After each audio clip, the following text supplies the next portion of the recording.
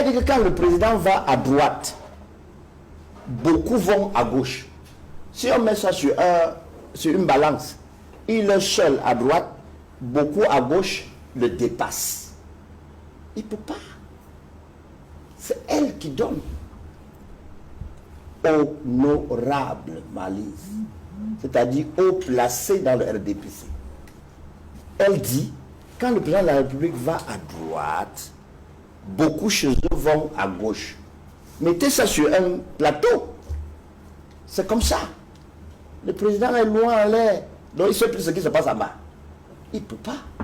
Alors, qu'est-ce qui bloque la tenue des conseils supérieurs de la magistrature? Elle a déjà expliqué. Ils sont nombreux qui ne veulent plus que ça se tienne. Parce qu'il y a beaucoup qui vont à gauche, le président seul va à droite. La seule chose qu'ils ont pu faire ce jour-ci, c'est de dire que le président a dit que ceux qui sont en attente là, on les dispatche dans les paquets en attente. Et vous lui avez demandé, ça se fera quand? Elle dit après les élections. Après les élections veut dire la phase d'abord de l'élection, octobre-novembre. Ensuite, la proclamation des élections, on est en 2026. C'est après la proclamation des élections qu'ils prendront leur temps pour voir si on va installer ou remplacer les morts, ou remplacer ceux qu'on n'en veut plus. Non. Nous disons une chose, et de façon claire, au moment où nous analysons à notre manière, où nous comprenons à notre manière le discours du président de la République de cette fin d'année, il faut qu'avec Malise, qu'on lui dise qu'il doit savoir partir. Personne ne va le tuer, comme le professeur Éric Martial avait conseillé là. Nous n'avons pas ce sang-froid là pour le tuer. Il faut qu'il sache partir. Il est dépassé, il n'a pas de solution. Et il n'a jamais admis l'opposition. Honorable Malise. Maintenant, vous convoquez Mondo Vision, l'intervention, bien l'appel de l'opposition. Quelle opposition? Vous disloquez l'opposition. Je prends un exemple. Où se trouve le PCRN? C'est vos ministres qui décapitent le PCRN. Vous voulez que l'opposition? Vous interdisez à l'opposition que vous combattez. Aucune opposition ne peut pointer son nez dehors, dire quelque chose à haute voix. Parce que vous traquez. Votre seule solution, c'est le marteau. Votre seule arme, c'est le marteau. Vous êtes dépassé. Vous êtes dépassé. Il faut qu'on se le dise. La seule solution, ne parlons plus de 2025. On est déjà en 2025. Dans quelques mois, on aura des élections. Le plus important, c'est de dire aux Camerounais, le constat est cinglant. Le RDPC, à travers les honorables, nous disent, l'opposition venait nous aider. L'unique aide, c'est à travers les urnes. Chacun doit aller s'inscrire pour ceux qui sont encore en retard. Ensuite, on va voter, on surveille. Moi, je conseille plutôt. Voici comment nous, la société civile, nous conseillons à l'État. Demandez à quelques policiers qui sont encore nerveux, qui n'ont pas encore compris, comme vous, que l'opposition doit vous accompagner, de baisser les armes, de ne plus jamais blesser quelqu'un, de ne plus jamais fesser quelqu'un, de ne plus jamais torturer. Il faut le dire. Et le dire à quelques gendarmes, parce qu'ils ne sont pas nombreux. Oui. Sur 100, il y a autour de 2 ou 3 gars, oui, qui sont un jar. Voilà. Et qui ternissent ces corps d'élite. Il faut le leur dire, expressis verbis, que vous-même vous êtes dépassé, vous demandez à l'opposition de venir vous aider. Ce n'est pas eux qui vont bloquer cette alliance. Et d'ailleurs, l'opposition n'est pas hermétique. C'est ce qu'on demande chaque jour. C'est ce que la société civile demande chaque jour. Le premier exemple, le code électoral consensuellement rédigé. Depuis qu'on vous a envoyé la mouture, même lire, vous interdisez la lecture. Vous voulez donc quelle collaboration? C'est vous qui êtes hermétique. Les opposants, ils sont ouverts. La société civile, elle est ouverte. Et vous êtes en panne de réflexion. Vous plongez le Cameroun dans une voie, dans l'impasse. Ce que nous devons exiger de vous plutôt, c'est de tourner, comme on dit à l'église, tournez vos cœurs. Écoutez le monde, écoutez le peuple. Je suis sûr que vous êtes passé par l'église ce matin. C'est pourquoi vous êtes convaincu vous-même qu'il faut dire la vérité.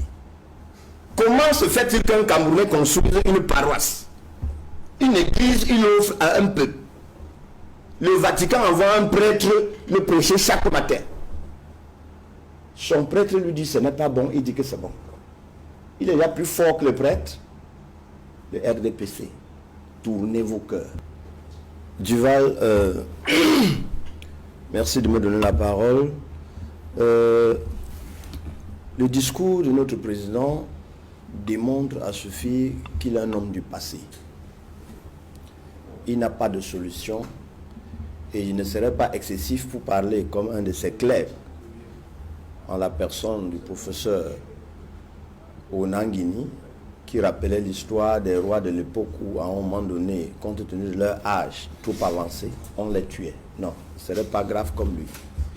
Je veux plutôt dire que le président de la République, il doit suivre le conseil du cardinal, l'ancien cardinal d'Abidjan, pour qui il faut savoir partir. Ma démonstration est simple. Lorsque vous évoquez ce barrage, le RDPC a pris du temps et des années pour faire croire au peuple que tester un appareil, c'est le mettre en marche. C'est deux étapes différentes, c'est deux comportements différents. Ce qui a été fait depuis, dans toutes ces structures qu'on nomme, qu'on claironne, ce sont des tests qui n'ont pas été concluants. Ce n'est pas la mise en marche. Dès lors qu'on teste, ce n'est pas concluant, on ne peut même plus essayer de mettre en marche. Donc, il faut respecter les phrases, les phases et le vocabulaire. Quand le test d'un barrage n'est pas concluant, on ne peut même pas songer à sa mise en marche. C'est ce que nous connaissons. Tous les tests se sont avérés non concluants. Nous sommes rien qu'à la phase test. Il faut être clair. Alors, les clercs qui rédigent son discours nous font croire qu'on est à la phase opérationnelle. Faux. Et archi faux. Duval, j'ai suivi le discours de fin d'année du président français, celui du président burkinabé, celui du président sénégalais, celui du président ivoirien. Je me suis posé la question, est-ce que les clercs de M. Paul Biya peuvent dire une seule fois à quoi se ressemble un discours de fin d'année? Un discours de fin d'année permet au peuple de savoir, en début d'année passée, voici les engagements que nous avons pris.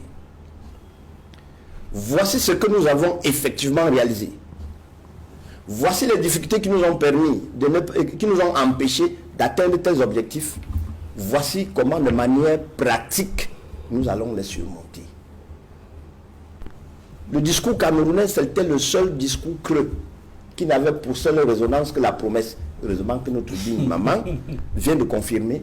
De poste en poste, ce sont des promesses. Ça veut dire que le président est en panne de réflexion. Il est vieux, il est dépassé. Et j'utilise là les expressions caricaturées provenant du clerc du RDPC, le professeur Éric Martial Onanguini, qui rappelle que à l'époque, quand le roi était trop vieux, en Égypte, le peuple l'assassinait. Non, nous ne pouvons pas l'assassiner. Nous disons qu'il faut qu'il sache partir. Il n'a plus de solution. Dans son discours, il ne reflète aucune réalité. Il nous met davantage en difficulté. D'ailleurs, la suite de Temba le démontrer. C'est toute la société qui est debout. Constat d'échec, on est dans l'impasse. Ce sont des promesses. Les promesses disent qu'on est dans le futur. Le futur, ce n'est pas demain. Et demain, ce n'est pas un autre demain. Personne ne sait à quand. Duval, je ne peux pas avoir meilleure réponse que celle donnée par honorable Malice Bell ici. C'est que le gouvernement actuellement en place, le président de la République, est en panne de solutions. C'est pourquoi elle a fait le premier constat avec les fameuses formules, vous pouvez revoir. Il va falloir, elle a conclu par il va falloir la bonne gouvernance. Et elle a donné les solutions. Elle a dit qu'elle sollicite l'intervention de l'opposition pour sauver le peuple. Elle est là. Il va falloir faire appel à l'opposition, action conjuguée avec ceux qui sont aux affaires pour sauver le pays. Je ne sais pas s'il peut y avoir une meilleure solution que celle-là. Alors, je reviens donc à la vraie question. Le président de la République est en panne de solutions. Même les constats, il n'en peut plus. Voyez-vous, vous avez commencé cette seconde vague de questions en évoquant les remises de peine en Côte d'Ivoire. Les remises de peine supposent que le Conseil supérieur de la magistrature fonctionne là-bas. Au Cameroun, il y a 3 ou 4 générations d'auditeurs de justice qui sont formés, qui ne peuvent pas être intégrés parce que le Conseil supérieur de la magistrature ne peut pas se tenir. Du fait de qui? Du fait du président de la République, parce que c'est lui le président. Il y a des membres qui sont décédés, ils refusent de les remplacer. Non, pas qu'ils refusent, il ne les a pas remplacés. On sait qui? Il ne les a pas remplacés. Mais alors, il faut... Ce qui tue le Cameroun, c'est que en 42 ans, nous avons déjà été presque tous phagocytés, au rejet. Personne ne veut assumer. Le président du Conseil supérieur de la magistrature, c'est M. Paul Biya, c'est le président de la République. Ça doit se tenir chaque année. Et chaque année, il doit affecter les magistrats. Pour qu'il y ait grâce, il faut que ce conseil-là se tienne, se prononce. Ça fait 4 ans, silence. Parce que lui, il n'est pas là. Comme quoi, il va falloir la bonne gouvernance. Oui, la Constitution dit justement que le président de la République exerce le droit après avis du Conseil supérieur de la magistrature. C'est aussi simple que cela. Il faut qu'il statue d'abord. Et elle a donné la solution là-dessus. Elle dit que quand le président va à droite, beaucoup vont à gauche. Si on met ça sur une balance, il est seul à droite, beaucoup à gauche le dépassent. Il ne peut pas. C'est elle qui donne. Honorable Malise, c'est-à-dire haut placé dans le RDPC. Elle dit, quand le président de la République va à droite, beaucoup chez eux vont à gauche. Mettez ça sur un plateau. C'est comme ça. Le président est loin en l'air, donc il ne sait plus ce qui se passe là-bas. Il ne peut pas. Alors, qu'est-ce qui bloque la tenue des conseils supérieurs de la magistrature? Elle a déjà expliqué. Ils sont nombreux qui ne veulent plus que ça se tienne. Parce qu'il y a beaucoup qui vont à gauche, le président seul va à droite. La seule chose qu'ils ont pu faire ce jour-ci, c'est de dire que le président a dit que ceux qui sont en attente là, on les dispatche dans les paquets en attente. Et vous lui avez demandé, ça se fera quand? Elle dit après les élections. Après les élections veut dire la phase d'abord de l'élection, octobre-novembre. Ensuite, la proclamation des élections. On est en 2026. C'est après la proclamation des élections qu'ils prendront leur temps pour voir si on va installer ou remplacer les morts, ou remplacer ceux qu'on n'en veut plus. Non. Nous disons une chose, et de façon claire, au moment où nous analysons à notre manière, où nous comprenons à notre manière le discours du président de la République de cette fin d'année, il faut qu'avec Malise, qu'on lui dise qu'il doit savoir partir. Personne ne va le tuer, comme le professeur Éric Martial avait conseillé là. Nous n'avons pas ce sang-froid là pour le tuer. Il faut qu'il sache partir. Il est dépassé, il n'a pas de solution. Et il n'a jamais admis l'opposition. Honorable Malise. Maintenant, vous convoquez Mondo Vision, l'intervention, bien l'appel de l'opposition. Quelle opposition? Vous disloquez l'opposition. Je prends un exemple. Où se trouve le PCRN? C'est vos ministres qui décapitent le PCRN. Vous voulez que l'opposition? Vous interdisez à l'opposition que vous combattez aucune opposition ne peut pointer son nez dehors, dire quelque chose à haute voix. Parce que vous traquez. Votre seule solution, c'est le marteau. Votre seule arme, c'est le marteau. Vous êtes dépassé. Vous êtes dépassé. Il faut qu'on se le dise, la seule solution, ne parlons plus de 2025, on est déjà en 2025. Dans quelques mois, on aura des élections. Le plus important, c'est de dire aux Camerounais, le constat est cinglant. Le RDPC, à travers les honorables, nous disent, l'opposition venait nous aider. L'unique aide, c'est à travers les urnes. Chacun doit aller s'inscrire pour ceux qui sont encore en retard. Ensuite, on va voter, on surveille. Moi, je conseille plutôt. Voici comment nous, la société civile, nous conseillons à l'État. Demandez à quelques policiers qui sont encore nerveux, qui n'ont pas encore compris, comme vous, que l'opposition doit vous accompagner, de baisser les armes, de ne plus jamais blesser quelqu'un, de ne plus jamais fesser quelqu'un, de ne plus jamais torturer. Il faut le dire. Et le dire à quelques gendarmes, parce qu'ils ne sont pas nombreux. Oui. Sur 100, il y a autour de 2 ou 3 gars qui sont un jar. Voilà. Et qui ternissent ces corps d'élite. Il faut le leur dire, expressis verbis, que vous-même vous êtes dépassé, vous demandez à l'opposition de venir vous aider. Ce n'est pas eux qui vont bloquer cette alliance. Et d'ailleurs, l'opposition n'est pas hermétique. C'est ce qu'on demande chaque jour. C'est ce que la société civile demande chaque jour. Le premier exemple, le code électoral consensuellement rédigé. Depuis qu'on vous a envoyé la mouture, même lire, vous interdisez la lecture. Vous voulez donc quelle collaboration? C'est vous qui êtes hermétique. Les opposants, ils sont ouverts. La société civile, elle est ouverte. Et vous êtes en panne de réflexion. Vous plongez le Cameroun dans une voie, dans l'impasse. Ce que nous devons exiger de vous plutôt, c'est de tourner, comme on dit à l'église, tournez vos cœurs. Écoutez le monde, écoutez le peuple. Je suis sûr que vous êtes passé par l'église ce matin. C'est pourquoi vous êtes convaincu vous-même qu'il faut dire la vérité. Comment se fait-il qu'un Camerounais construise une paroisse, une église, il offre à un peuple? Le Vatican envoie un prêtre le prêcher chaque matin. Son prêtre lui dit ce n'est pas bon, il dit que c'est bon. Il est déjà plus fort que le prêtre. Le RDPC. Tournez vos cœurs. Merci. Que généralement le pape dans sa bénédiction Urbi Orbi, oui, très souvent revient sur les grandes questions qui traversent le monde.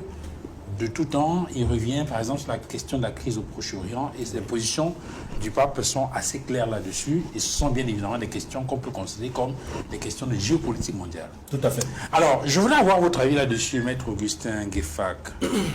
Oui. Est-ce que les évêques sont effectivement dans leur rôle? Est-ce qu'on peut considérer que les évêques, à travers ces sorties, sont en train de faire de la politique? Qu'ils ont abandonné leur mission pour faire de la politique, comme semblent l'indiquer certains hommes politiques?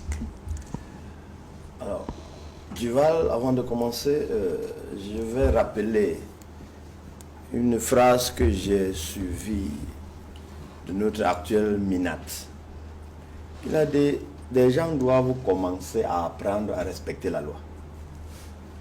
Les gens doivent commencer à apprendre à respecter la loi.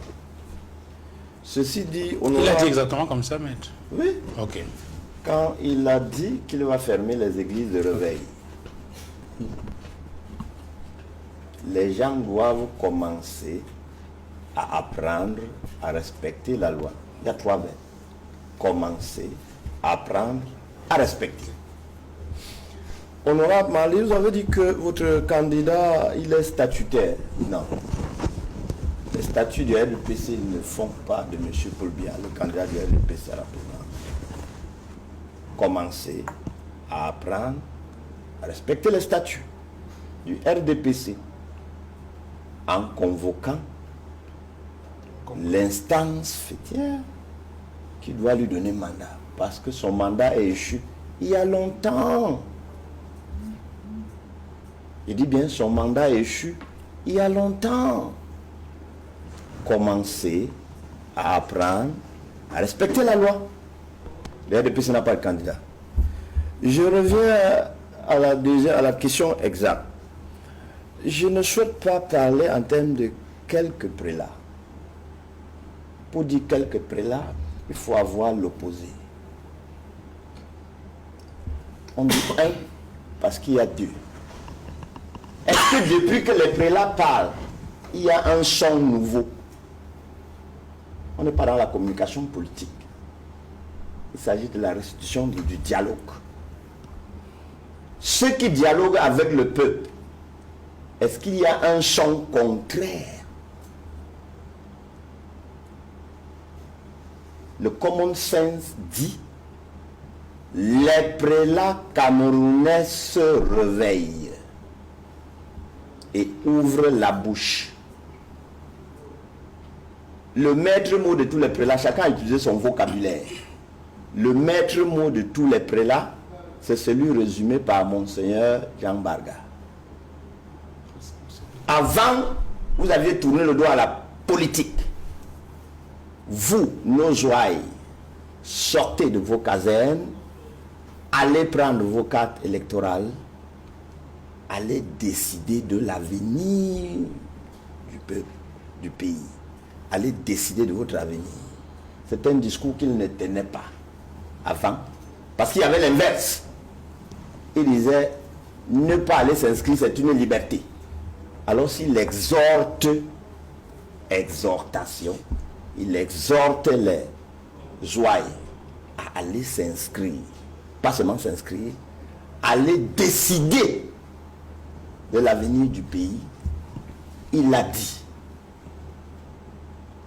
Les autres, chacun a sa culture, chacun a sa formation, chacun a sa gestuelle pour restituer. L'autre a pris la gestuelle du Moulinex, l'autre a pris la gestuelle du diable, l'autre a pris la gestuelle philosophique. C'est irraisonnable. Ça rentre dans le dialogue. Ces prélats dialoguent au quotidien avec le peuple. Je ne veux pas dire confession, je dis le dialogue. Ils écoutent. Et le prélat de la République lui-même, il écoute plus ces prélats-là que ces hommes politiques que elle-même à qui est donné le pouvoir. Parce que quand le président va à gauche, eux ils vont à droite. Le président ne les écoute plus. Le président écoute plus les prélats. Ce n'est pas moi qui dis. Pour chacun qui a une idée sur ce que signifie prélat, ce sont les faiseurs de rois dans la cité. On va vous parler de la trahison des clercs. Ce n'est pas dans un parti politique.